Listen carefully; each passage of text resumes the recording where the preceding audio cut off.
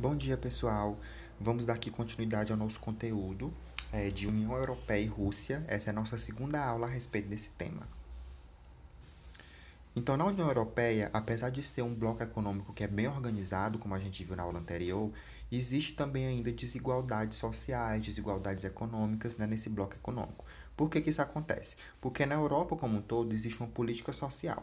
Então, a Europa social combate a exclusão social e a pobreza, assegurar-se de que cada cidadão faz parte da sociedade, ajudar os Estados-membros a trabalhar juntos, combater a pobreza e a exclusão social são, no caso, objetivos dessa política social da Europa e da União Europeia.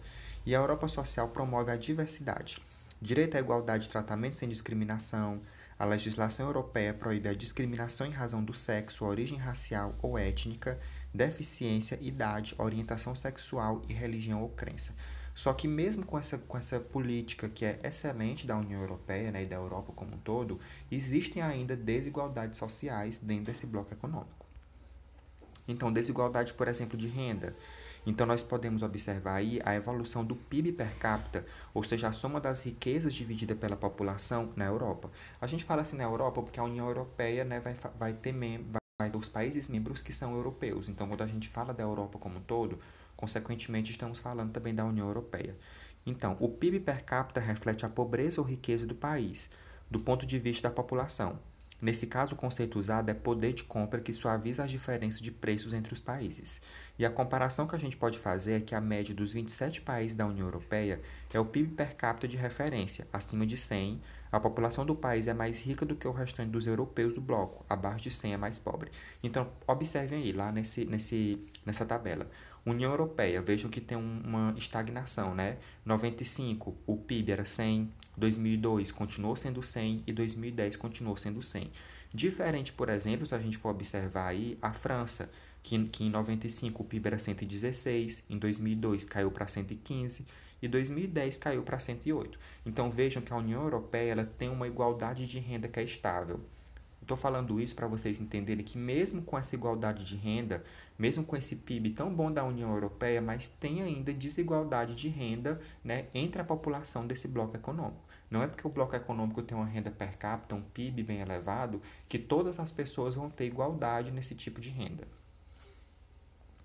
E o desemprego na União Europeia, se a gente for comparar outros países que fazem, né, parte da Europa, como aí, Portugal, por exemplo, Portugal, vocês podem ver que tem uma taxa de desemprego que cresceu de 13,9% para 59,7%. Na União Europeia também cresceu a taxa de desemprego. Foi menor, né, que foi de 10% a 49%, mas mesmo assim tem ainda uma grande taxa de desemprego nesse bloco econômico. Então veja que é um pouco controverso.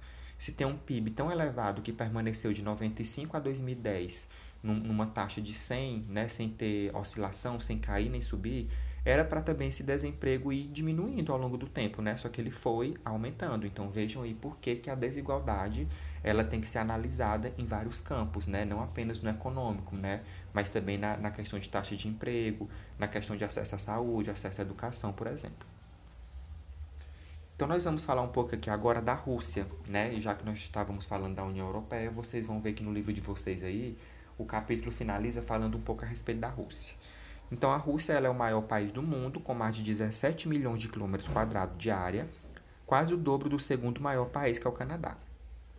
As distâncias entre os pontos extremos da Rússia são enormes, mais de 9 mil quilômetros no caso era para ser leste, né? De leste a oeste e 4 mil quilômetros de norte a sul. Faz fronteira com 14 países e tem 142 milhões de habitantes e possui 11 fusos horários. Então vejam assim, o Brasil, que é um país considerado grande já na América do Sul, né? Ele tem 4 fusos horários. Então a Rússia ela possui 11 fusos horários, para vocês verem, né, o tanto que é grande o país, né? Não é à toa que é considerado o maior país do mundo. Algumas curiosidades a respeito desse país. O Ano Novo é o feriado mais importante do país, quando os russos enfeitam suas casas com decorações tradicionais do Natal, como árvores, pisca-pisca e velas. Ninguém trabalha durante 10 dias após o Ano Novo, pois é feriado nacional e essa folga não é incluída nos 28 dias de férias anuais.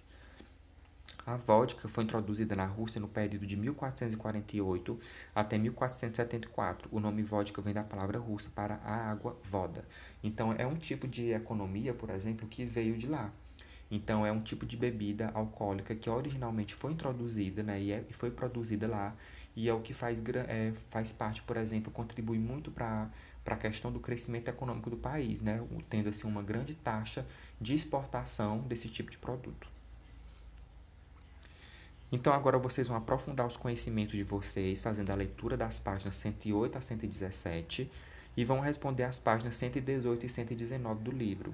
E vão me enviar no WhatsApp até o dia 19 de junho. Então por hoje era só, tenham um bom dia e bons estudos.